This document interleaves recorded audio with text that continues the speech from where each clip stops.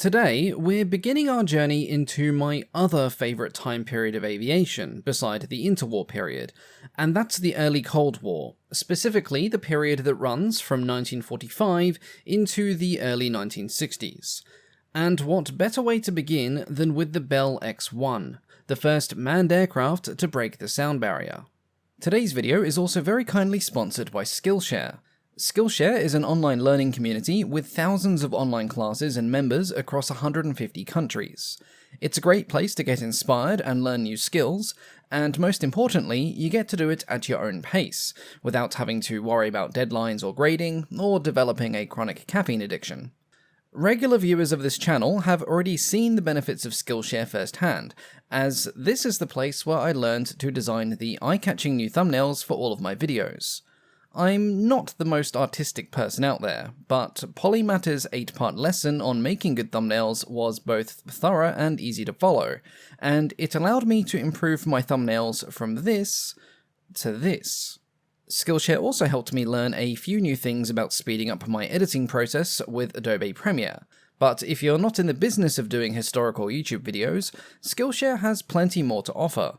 Whether you're trying out a new hobby, working on your own business, or simply learning to improve a particular skill. You can find courses on animation, creative writing, business and marketing, productivity, web design, photography, the list goes on. So if you want to learn a new skill, or improve an existing one, then you can click on the link in the video description below and join the Skillshare community, and the first 1,000 people to do so will get a 1-month free trial of their Skillshare membership.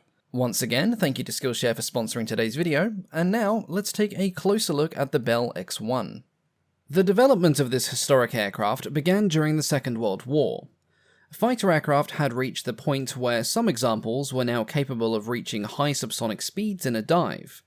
This was an incredibly dangerous situation for the pilots involved, as their aircraft began to act strangely as they approached their critical Mach number.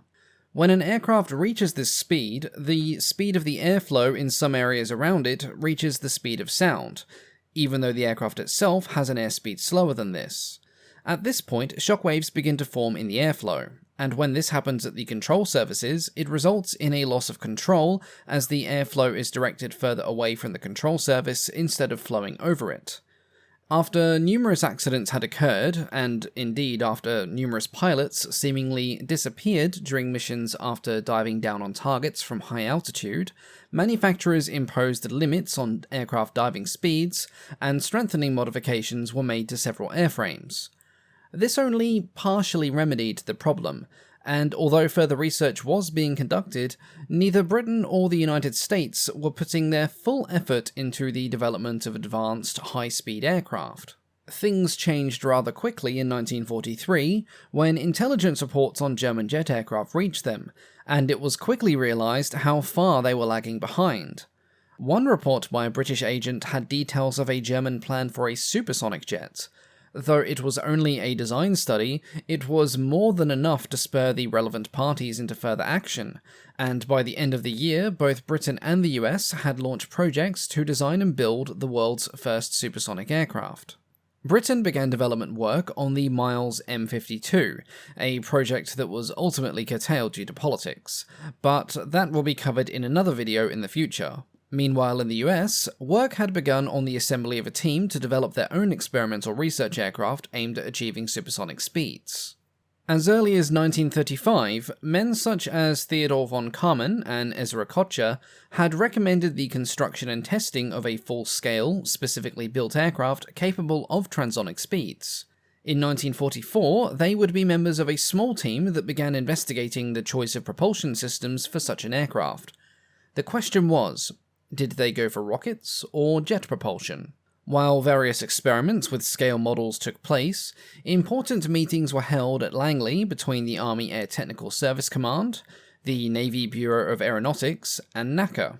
These discussions led to two different approaches to the transonic aircraft project, and this would eventually materialize as the turbojet-propelled Douglas D-5581 Skystreak, what a long name, and the rocket-propelled Bell X-1.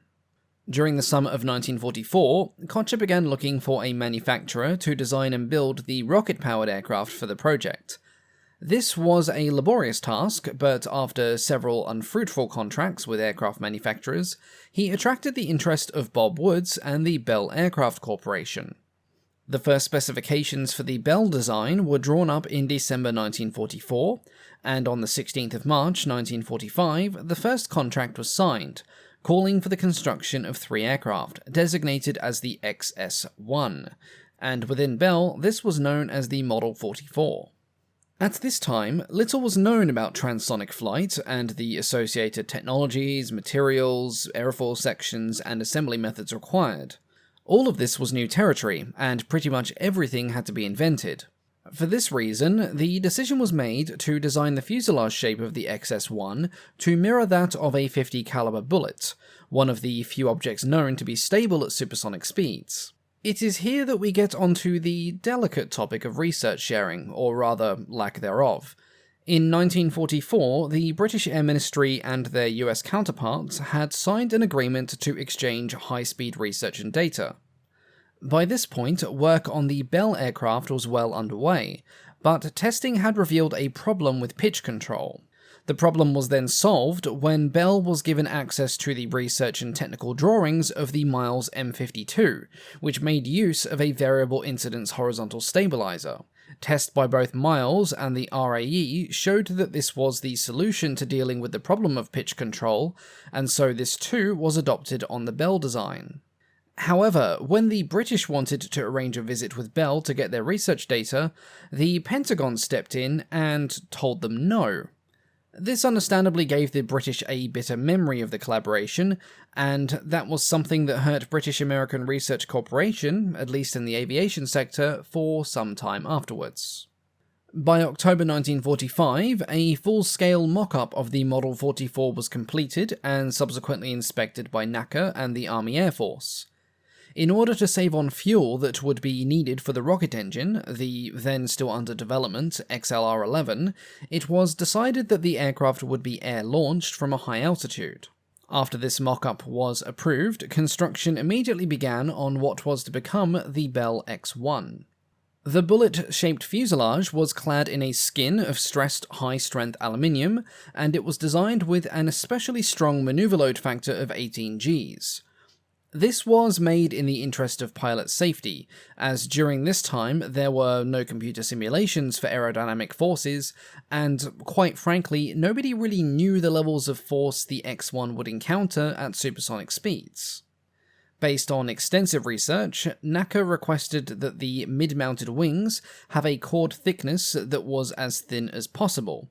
Initially, a thickness of 12% was requested, but this eventually went down to an 8% chord thickness on the wings and a razor-sharp thickness of 6% on the horizontal stabilizer. This was also done in the name of safety, so as to provide the least problems with stability and control as the aircraft entered the zone of transonic speeds. The power plant, as mentioned earlier, was a Reaction Motors XLR-11, and it was the first liquid-fueled rocket developed for use in aircraft in the United States. It gave a maximum thrust of 6,000 pounds at sea level for approximately 5 minutes, and it used liquid oxygen and diluted ethyl alcohol as a fuel.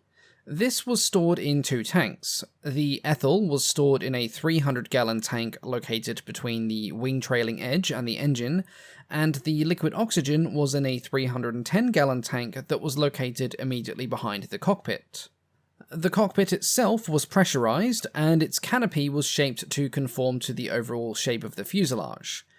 In the original X-1, this canopy was fixed, and the only access to it was through a small hatch on the starboard side. Though Bell had put in effort to make the plane as safe as possible, size and weight constraints, as well as the question of the airspeed simply killing the pilot, prevented the fitting of an ejection seat, and so the only option a pilot had in an emergency was to try and get the aircraft safely down to the ground. The first X-1 was completed and rolled out, minus its engine, at Wheatfield on the 27th of December 1945. It was then mated to the underside of a Boeing B-29 and flown to Pinecastle Field in Florida. Here it began a series of gliding flights to test the subsonic controls and handling, with the first glide taking place on the 27th of January 1946, with test pilot Jack Woolmans at the controls.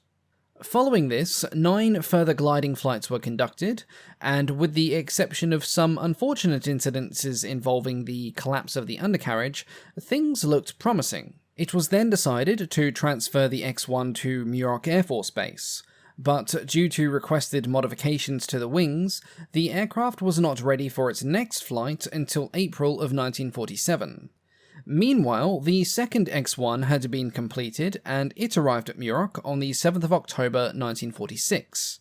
As I'm going to jump back and forth between them a bit here, we'll refer to them as aircraft number 1 and aircraft number 2. This second aircraft was almost identical to the first. However, its wing chord thickness was 10% compared to 8% on the first X-1, and so it was expected to be the slower of the two, though still incredibly fast. Number 2's first glide took place on the 11th of October 1946, and it was flown by Chalmers Goodlin. This glide was followed by 3 more before the first powered flight of the X-1 took place on the 9th of December 1946. In this first attempt, the X-1 was released from the B-29, climbed to 35,000 feet, and achieved a speed of Mach 0.75, or 510 miles an hour. Several more flights followed this until the arrival of aircraft number 1 at Muroc on the 4th of April. Goodlin also performed the first powered flights of this aircraft, with the first taking place on April the 11th. All of these flights were done at subsonic speeds between Mach 0.72 and Mach 0.77.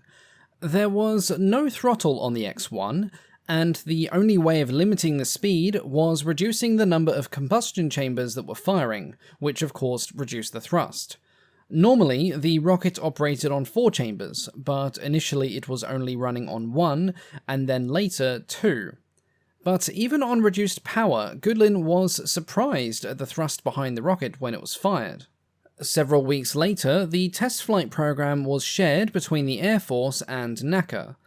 The Air Force was to explore the transonic and supersonic speed envelope with the first X-1, while NACA would explore transonic stability and control with the second. For the Air Force side of the program, 3 test pilots were selected: Lieutenant Robert Hoover, Captain Jack Ridley, and Captain Charles E. Yeager, who we all know better of course as Chuck Yeager.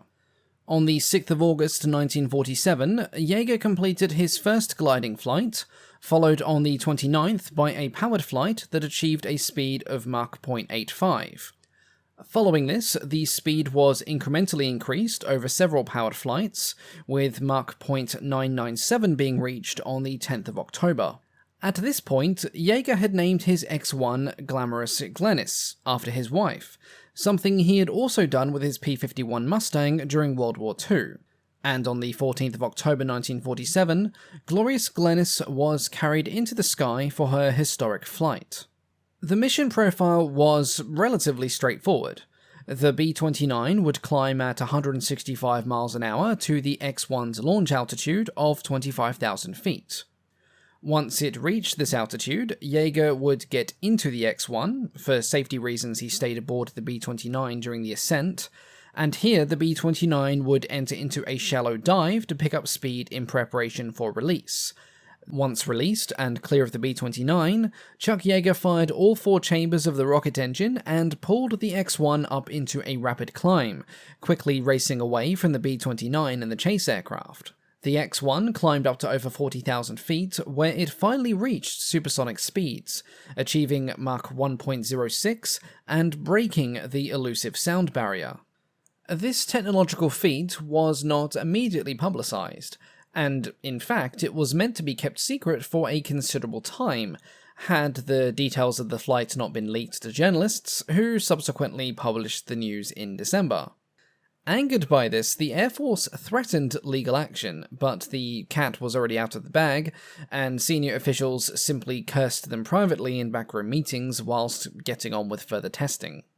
Aircraft number 2 made its first NACA flight with Herbert Hoover on the same day as Chuck Yeager's historic flight. Both aircraft completed several more flights over the following months, and Hoover would then go on to achieve his first supersonic flight on the 10th of March 1948. During 1949, the first X-1 was used to set several records for altitude as part of a new series of exploratory flights. This was done with Major Frank Everest. On the 25th of July, he reached an altitude of 66,846 feet, and then on the 8th of August, he reached 71,902 feet. Following this, the aircraft was used for several more flights, with the final flight of the first X-1 being completed by Chuck Yeager on the 5th of December 1950. The second aircraft was flown by NACA for a bit longer before also being retired, and the third X-1, which had been hopelessly delayed in its construction, was completely destroyed in an accident where it blew up while still attached to the B-29 mothership. Luckily, nobody was seriously hurt, and although it too was written off, the B-29 at least managed to land safely. This is not the end of the X-1 story, however.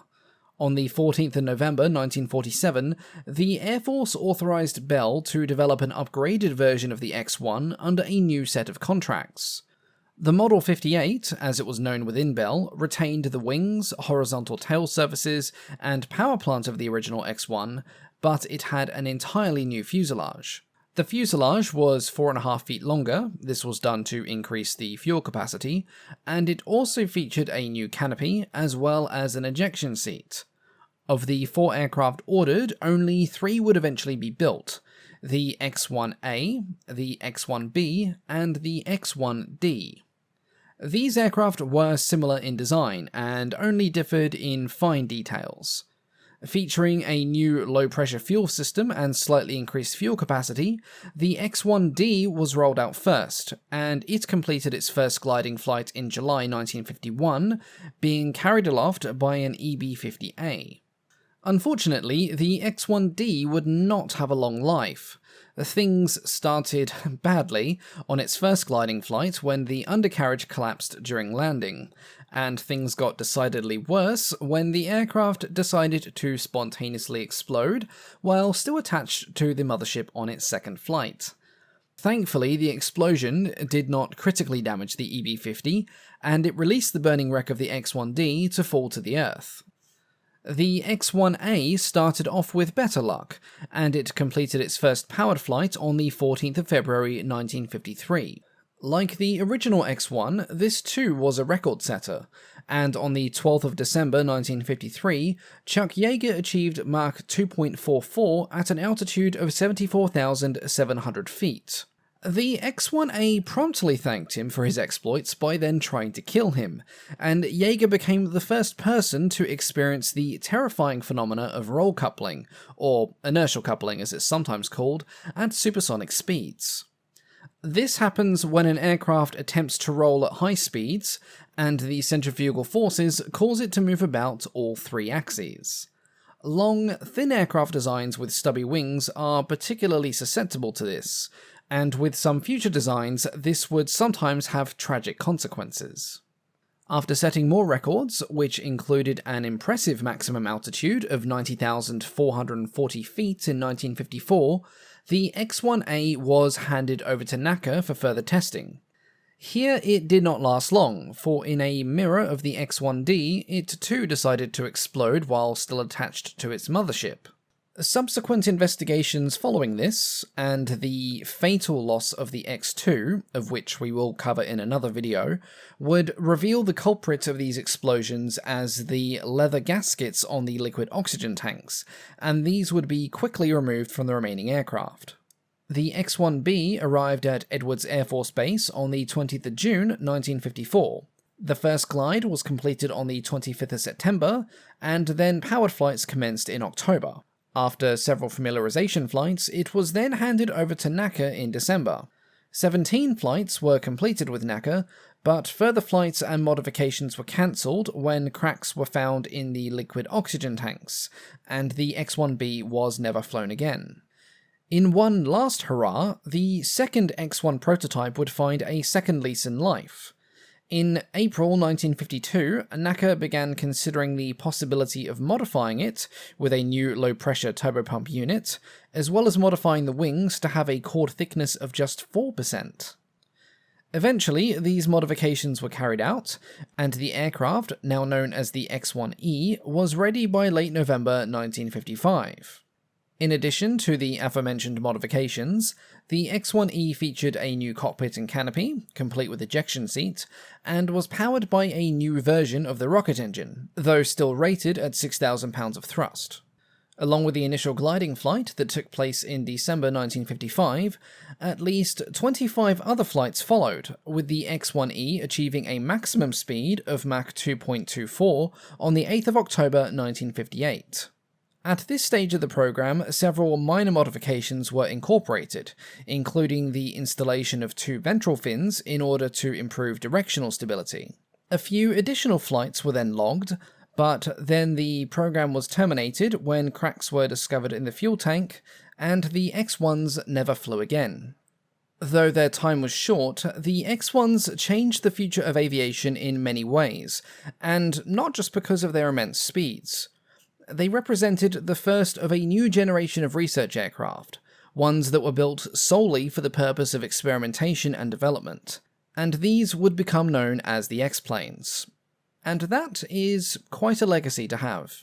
As always, thank you all very much for watching, and a big thank you, of course, goes out to the patrons. I will get this list updated and the shoutouts for the Wing Commander tier patrons sorted as soon as I get back from my holiday, but thank you all so much, and I'll catch you all next time. Goodbye.